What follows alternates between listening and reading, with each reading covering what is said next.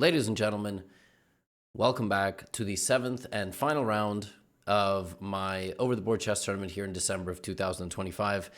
It was the annual, to be specific, the 109th club championship of the Marshall Chess Club, a club that I grew up playing chess in, and it was nice to get back to my roots, considering the fact that the last time that I played at the club, I did horribly. It was in a different tournament, a different circumstance.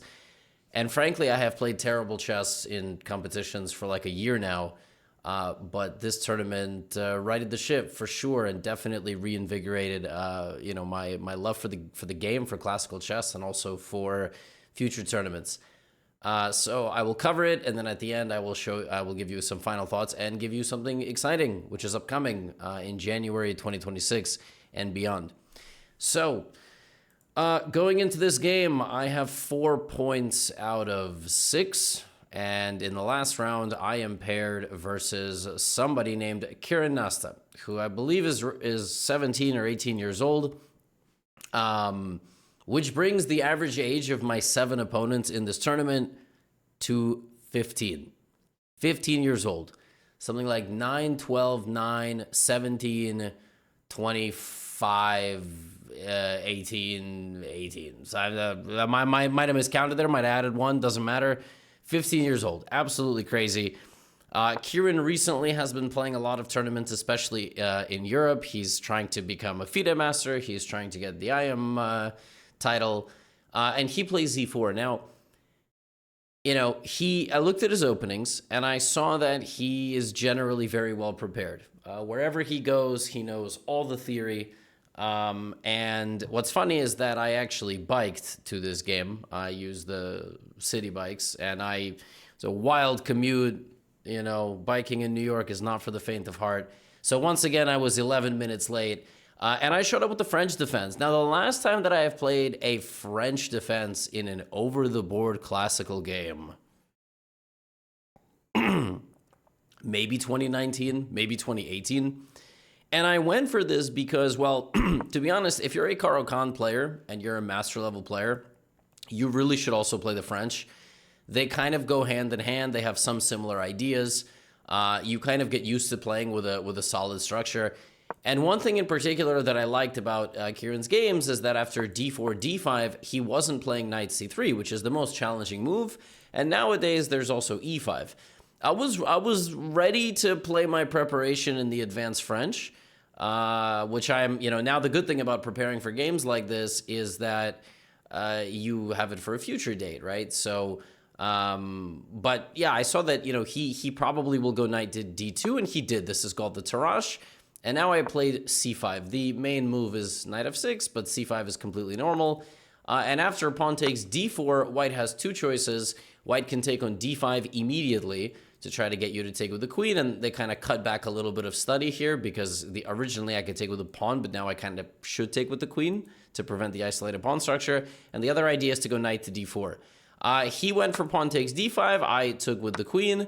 He developed his bishop. It actually looks like white just has an overwhelming advantage here with development, but I'm actually up a pawn. This is the pawn, so he's going to need to spend a little bit of time winning the pawn back, and he castled. I played knight c6. He went knight b3, and now I played a6. And I'm actually already showing you the point of my setup. The point of the setup here for black is to not play the very natural move knight to f6. It looks... at any moment, black can just play knight f6 and castle. That's like what I would do in the slow run. But you have to get a mastery of the game to know when to break the rules. And so after knight to c6 and he went knight b3, I played this move a6. And after we traded knights in the center of the board, I went queen c7. What's great about this position is he doesn't face this position often at all, if ever, despite having extensive opening knowledge, like in the Sicilians and stuff like that. So I managed to find somewhere in his repertoire where he won't know, and I will, because I've played this position dozens of times. I've beaten grandmasters in this position, but that was 10 years ago. And he went bishop b3. I played bishop d6. Now my queen and my bishop target this pawn. He played very natural move pawn to h3. And now I show the point of the opening. It's actually to put the knight on e7. It's actually, it's kind of a strange position because Black has nothing past the fourth, right? Really nothing past the third. But white is just hitting spikes everywhere. White can't move anywhere useful. And to be honest, I didn't actually remember what the best plan was for white, but I think it has to do with queen h5.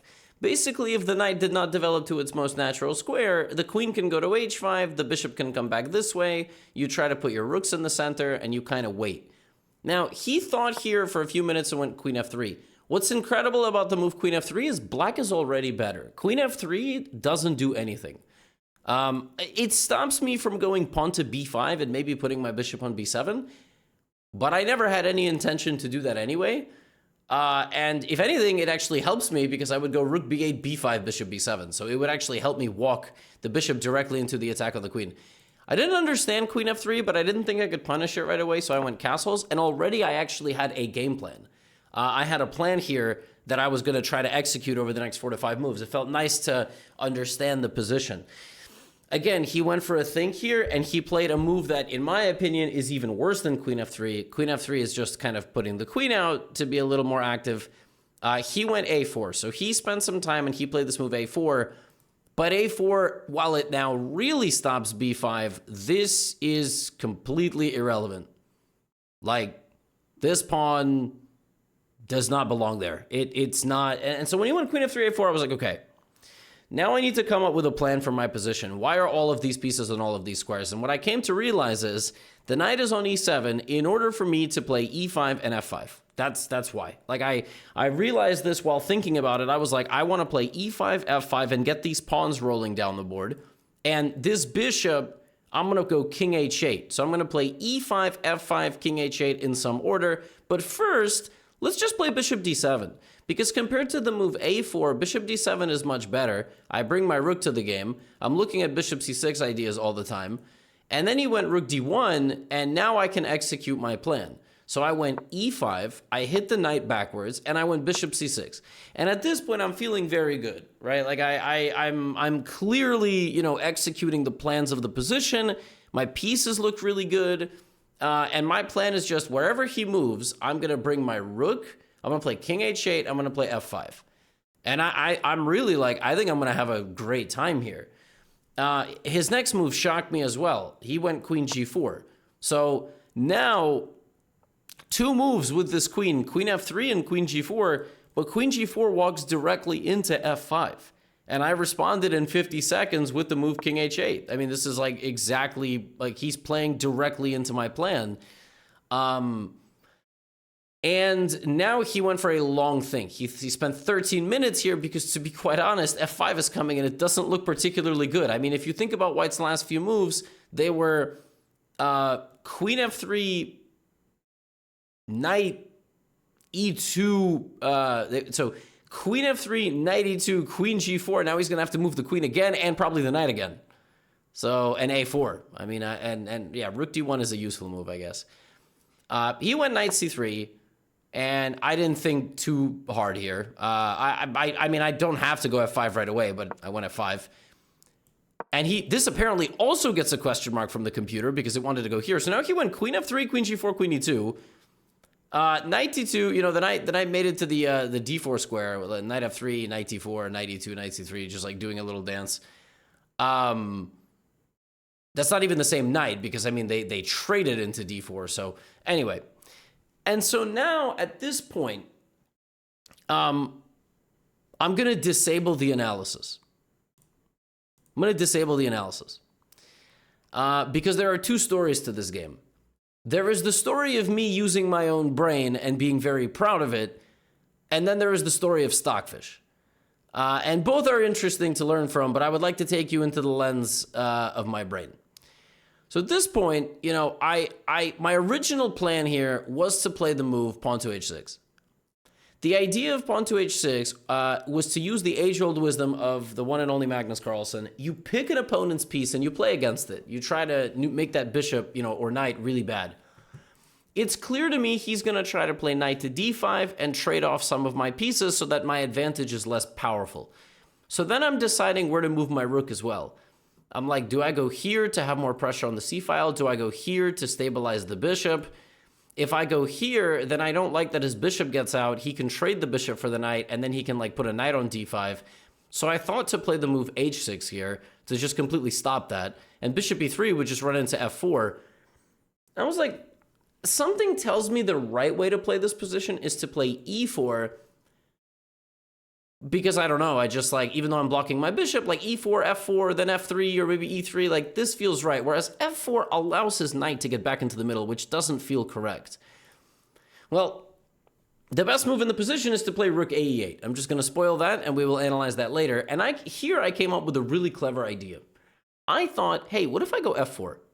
I block this bishop. He has to put his knight on e4. He literally has no other move. And then I'm going to sack my f-pawn. Simple. I'm going to sack my f-pawn.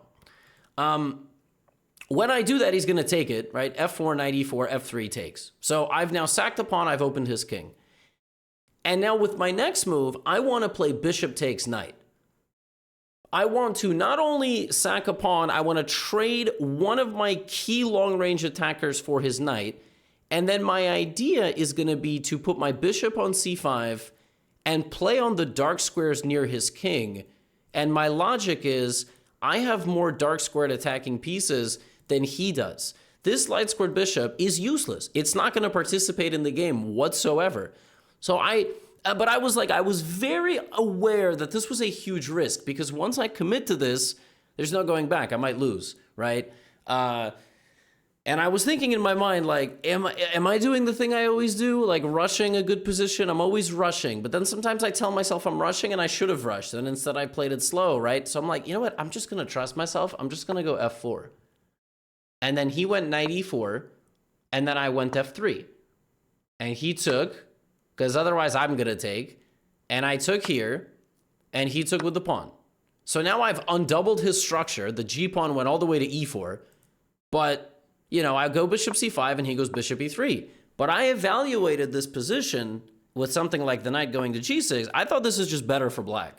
Even though I'm down a pawn, I don't see how in the long run he defends himself. And to be honest, I'm right. Even though I put the analysis back on. Even though I'm a pawn down, his position is incredibly difficult.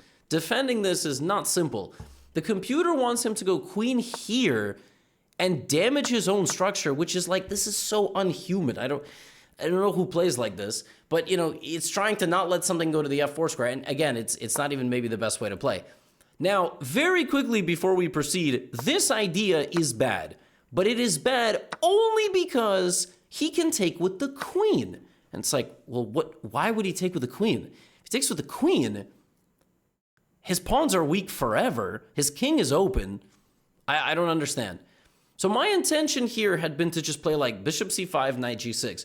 So bishop c5, the problem with this concept is that he has a way to reposition his pieces here, which neutralizes me in a very, very absurd way. He can play a5, and when I go knight g6, he can now play c3, and when I play something like, I don't know, rook e8, this defensive repositioning works for white because I don't have enough time to implement all of my plans. And if I play something like knight to f4, he plays bishop c2, g6. He can play bishop takes, rook takes. And in this position, this is the only move for white that keeps the advantage. Rook d7! I needed to see this, which I did not see. The point of this, of queen e4, is that white slowly repositions this light squared bishop to the e4 square. It's not about the pawn being on e4, the queen has to be on e4, and then the bishop needs to reposition, and it just barely holds on for white, and white is 0.5 up. I'm gonna be very honest with you, I was definitely annoyed at myself that I didn't just play it slow. Like I went home and I analyzed this game and I was like, oh my God, I should have just played like slow. But to be honest, the dynamics of the position, which ended up working out in my favor, I thought I understood this very, very well. And I was very proud of myself. Also, I literally forecasted the entire game from here. So the game actually ends in less than 10 moves. which is cool. That's always nice. What I noticed from a distance here is that I think white needs to just play king h1 and defend. I don't think you have anything else. Now, there is a move here that looks like it works, which is queen c4. Queen c4 pins my bishop to my queen.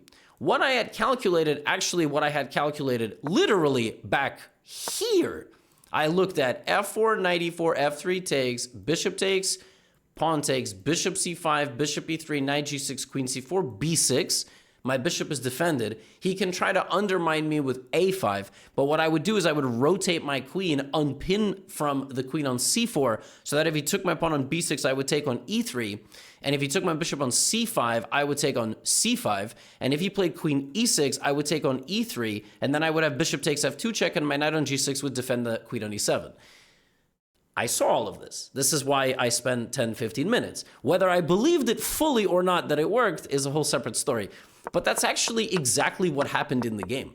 So in the game, he very quickly went queen c4. I think he thought that like I was messing up, and I went b6. And now I was ready. Like my queen is ready to go here and over here, and the bishop is defended, which is all I could ask for. And like this position is terrible for white. This is a terrible position.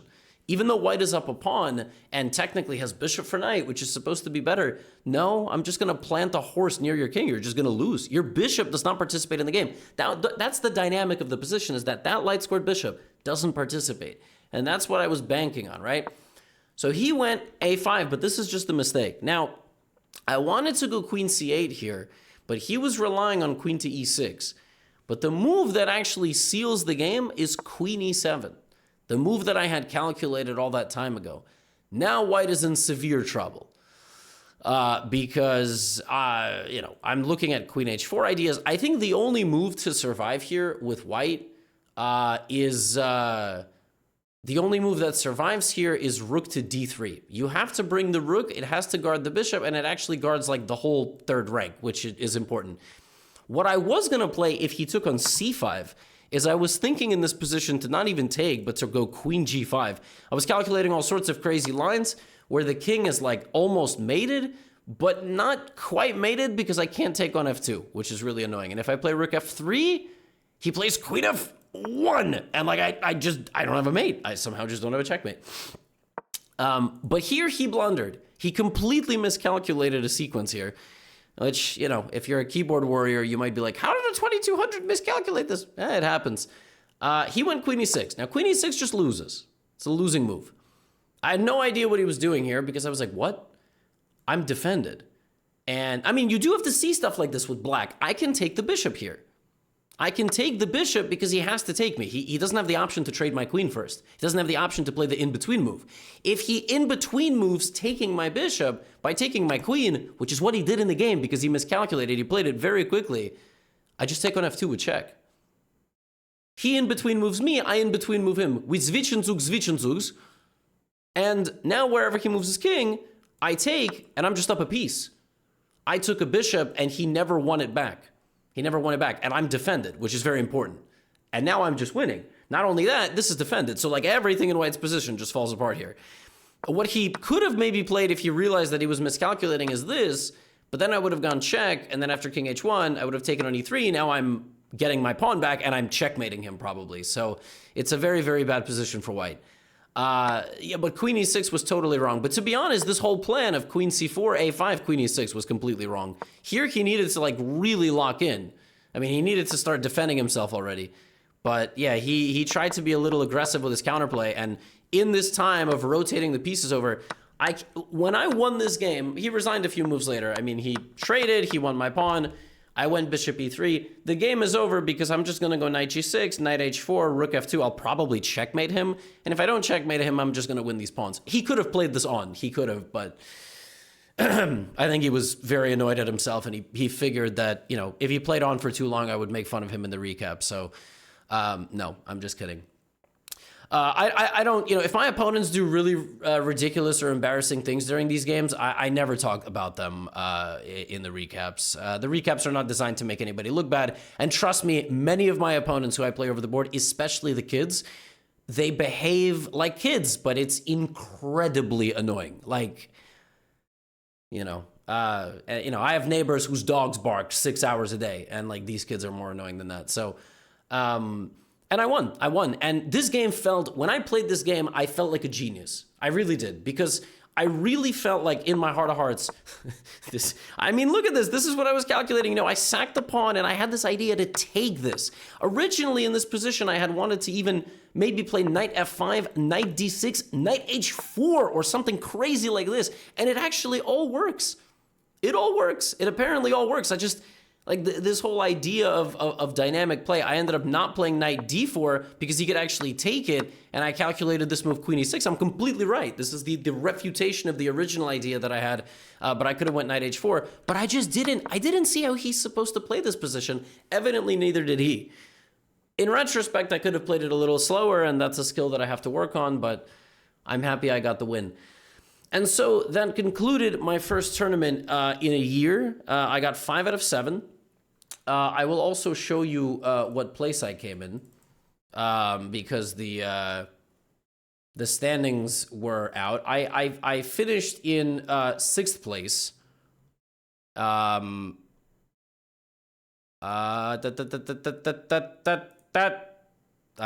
know where it is. I don't know where it is. I'm looking for it, but I cannot find it. I'm trying to find it, but I cannot find it. Okay, I don't know where the results are. Doesn't matter. I got 6th place. Maybe I can show them to you on the events page, actually. Maybe that's possible. Maybe I can show them to you on this page. Boop. Results. Hey! Yay! Oh, no, this doesn't even work, because this chess.com page only pulls the points that you played on live boards. I did not get 4 points. I got 5. And these people did not score more. Yeah, these people played a tiebreak, and Mikola ended up winning it. Anyway, none of that matters. I got 6th place. That was, and I think my starting rank was 16th. So I'll take it. You know, I went undefeated. I'll take it. I had a bad position in the tournament for about 30 minutes out of like 20 hours of chess that I played. I'll take it. I defended the only really bad position that I had. I gained some rating. And I definitely feel much better now than I did after the 2 classical games that I played earlier this month at this small tournament here. I was very dejected after those games. I was just thinking, like, what am I doing? Like, I'm not even happy I'm playing these games. But this tournament, I felt locked in. I felt focused. I got pretty decent sleep.